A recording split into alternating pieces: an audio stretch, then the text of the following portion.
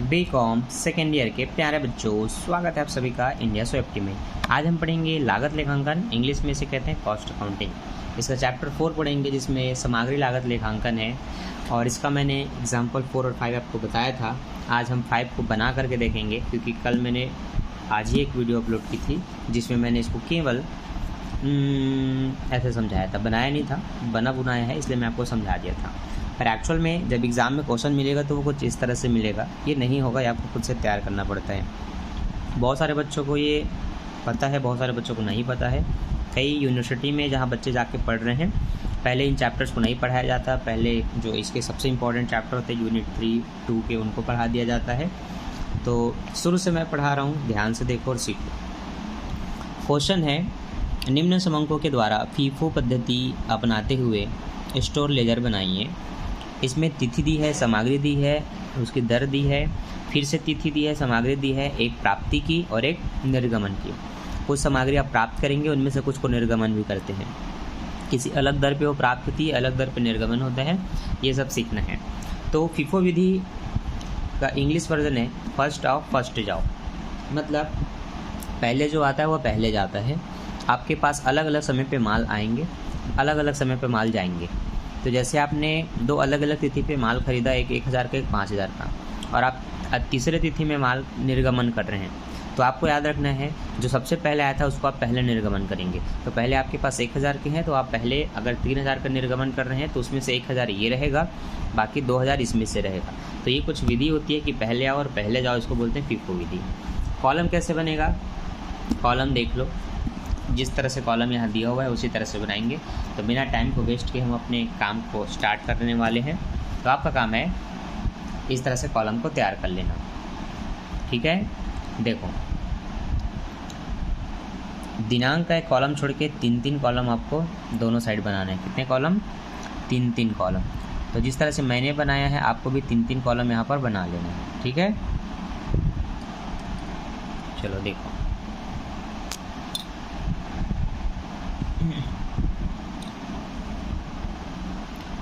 पहले वाले को आप बोलते हैं रिसिप्ट।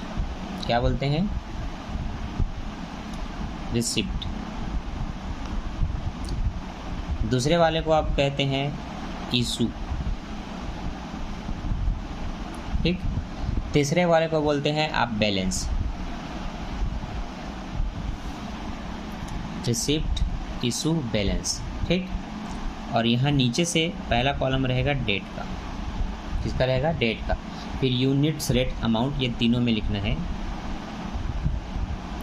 यूनिट्स, रेट, अमाउंट, ठीक।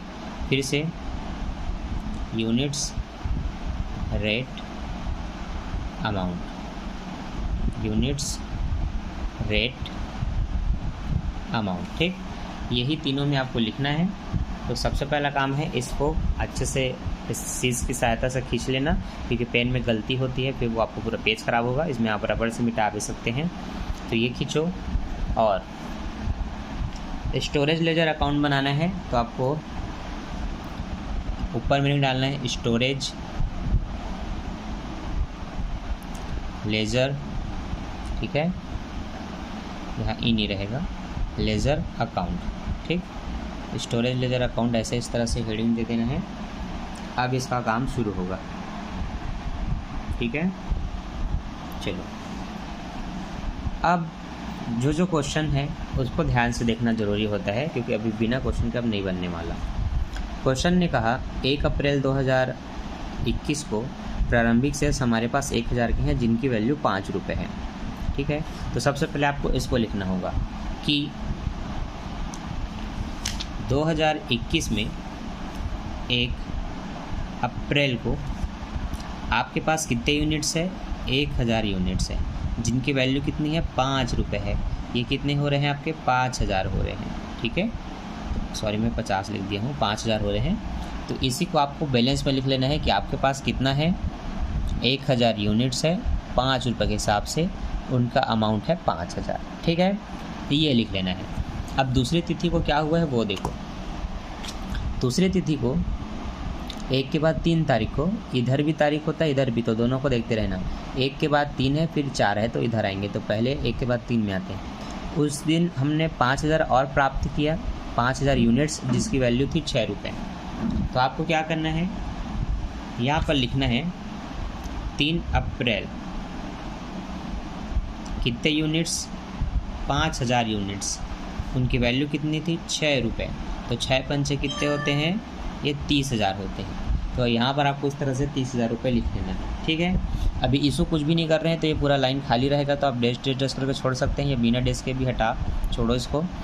अब यहाँ पर आपको बताना होता है यहाँ पर कि आपके पास 1000 के पहले से माल है, फिर आपके पास 5000 के और आ गए।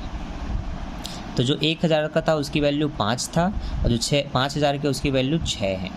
तो ये तो हो रहा है 5000 और ये हो रहा है 6 पंचे 30,000, तो दोनों मिला 35 हो रहा है। तो इनको बीच में जो जगह है वहाँ पर लिखेंगे ऐसे 35,000। तो जो आप दो चीज़ों का टोटल लिखेंगे तो उनको ऐसे सेंटर में लिखेगा, ताकि वो स्पष्ट दिखे कि वो इन दोनों का बीच का है, ठीक है। या फिर आप ऐसे एरो करके भी दर्शा सकते हैं कि ये जो इसका और इसका मिलाकर है ये वो है, ठीक। और एरो नहीं भी लिखेंगे तो भी क्लियर है, वो धीरे धीरे आपको समझ में आ जाएगा, ठीक। अब 3 तारीख हो गया, तो अब हम 4 तारीख को देखते हैं। 4 तारीख को 3000 का निर्गमन किया गया है, ठीक है। तो देखो, पहले आओ पहले जाओ विधि है, तो इसमें याद रखना तारीख लिखो 4 अप्रैल, है ना, 4 अप्रैल।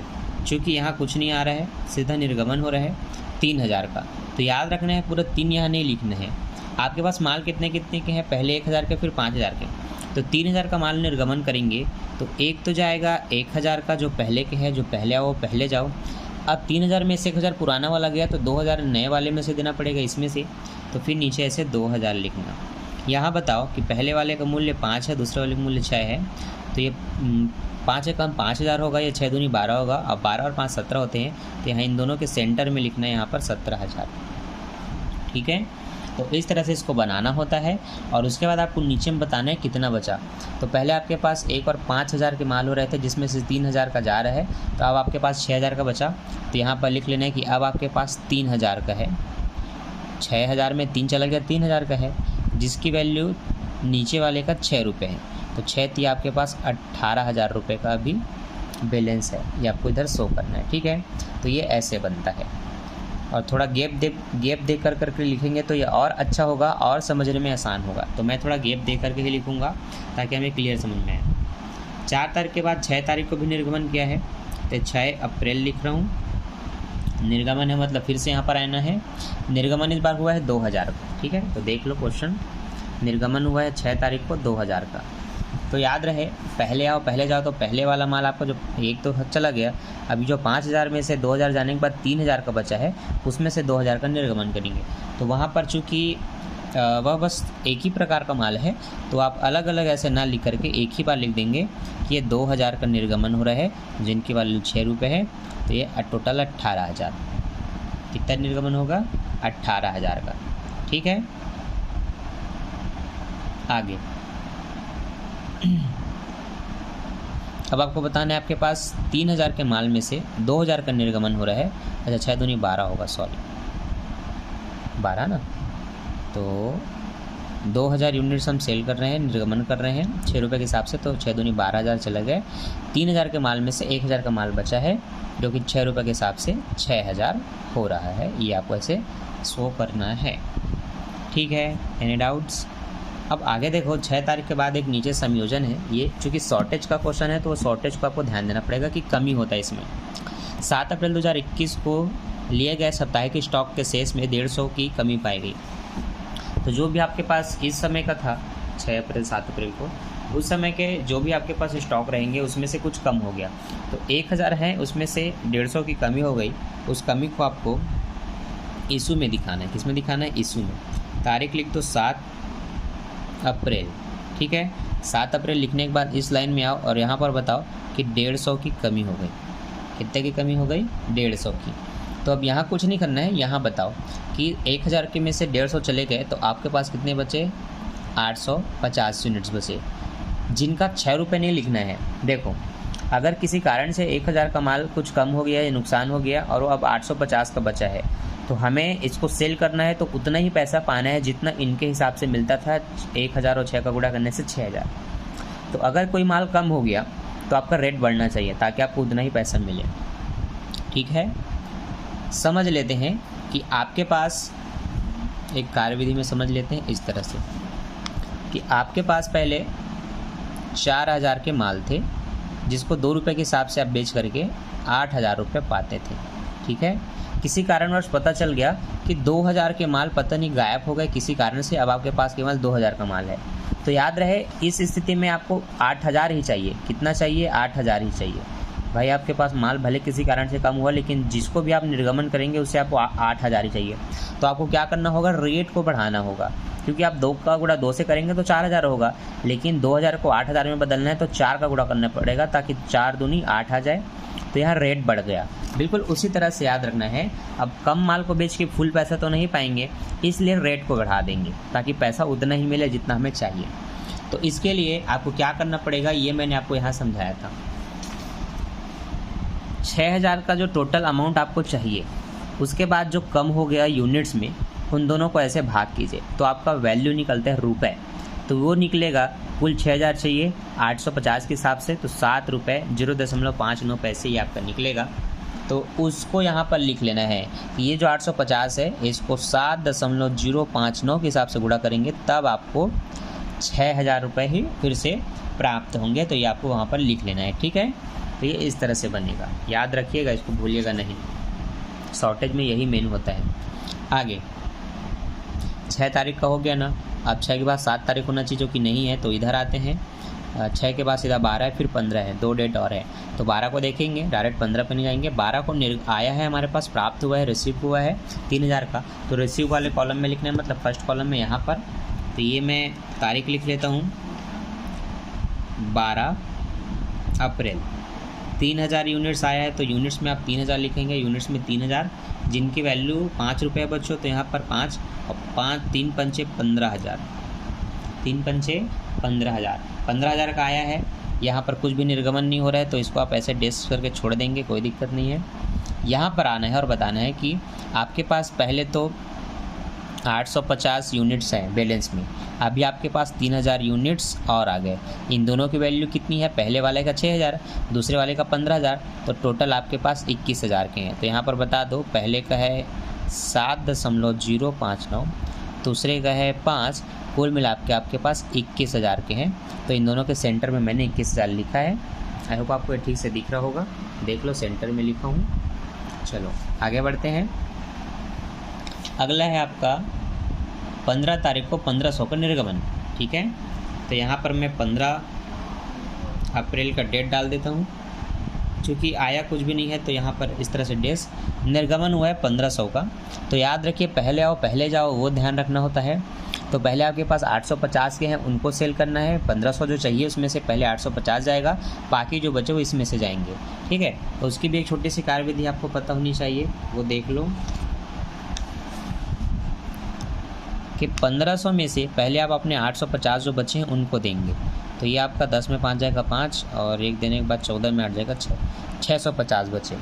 तो 850 का माल तो जाएगा, लेकिन जो आपके पास अभी 3000 के माल आए थे उसमें से आप 650 का माल घटाएंगे, तो आपके पास कितना बचेगा वो आपको निकालना है इसमें। ठीक है, तो 2350 यूनिट्स बचेगा, वो आपको यहाँ पर लिखना है। तो सबसे पहले तो यहाँ पर आपको ध्यान देना है कि चूँकि 1500 का निर्गमन करना है, कितने का? 1500 यूनिट्स का।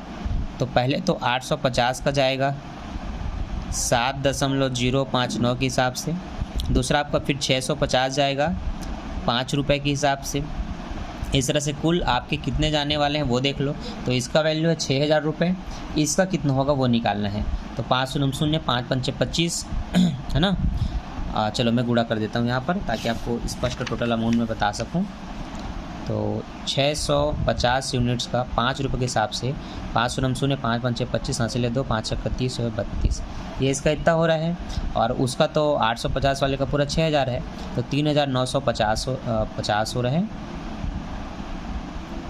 900 नहीं 3250 हो रहा है। ठीक है, सॉरी यार, 3 2 6 9000, 6 और 3 9,250, ये आपको लिखना है 9,250। तो यहाँ पर हम लिख देंगे टोटल इन दोनों का 9,250। ठीक, यहाँ बैलेंस पे बताओ कितना बचा।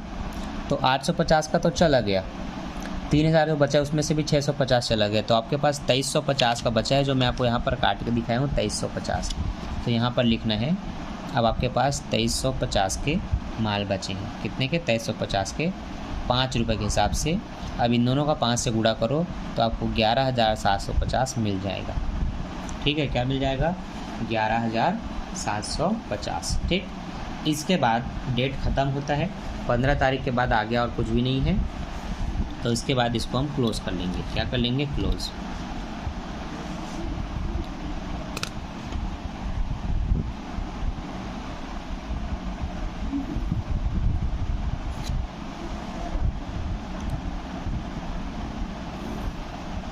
ये ठीक, पूरा हमने एग्ज़ाम्पल नंबर 5 को बना लिया। ठीक, जिसमें शॉर्टेज वगैरह भी था, जिसकी वैल्यू निकालनी पड़ती है। अब आई होप आपको ये अच्छे से समझ में आ गया होगा। अब आप अपने क्रियात्मक क्वेश्चन को बना करके देखिए बनता है कि नहीं बनता है तो मुझसे बिल्कुल पूछ सकते हैं, कोई दिक्कत नहीं है, पर पहले आपको ट्राई करना है। ठीक है, हाँ, जो बच्चे बनाना चाहते हैं और बुक नहीं है वो देख लो। उदाहरण 6 को आपको बना के देखना है, उदाहरण 7 को बना करके देखना है। ठीक, ये उदाहरण 8 है आपके पास। ये सब क्वेश्चन है जो आपको बनाना है, पहले आना पहले जाना, ये सब लिखा रहता है। तो इसको देखो बना करके। आई होप आप फीफो विधि तो कम से कम सीख गए होंगे। ये जो मेथड था ये है फीफो मेथड। जब भी आपको वीडियो सर्च करना होगा कॉस्ट अकाउंटिंग का, तो ऐसे ही मेथड के नाम से सर्च करना कि FIFO method cost accounting chapter 4, या जैसे भी फीफो मेथड पर सर्च करोगे तब भी मिल जाएगा। ठीक है, तो आई होप आपको समझ में आ गया है। वीडियो को लाइक कर देना और क्वेश्चन बना करके ज़रूर देखना। बाय बाय बच्चों।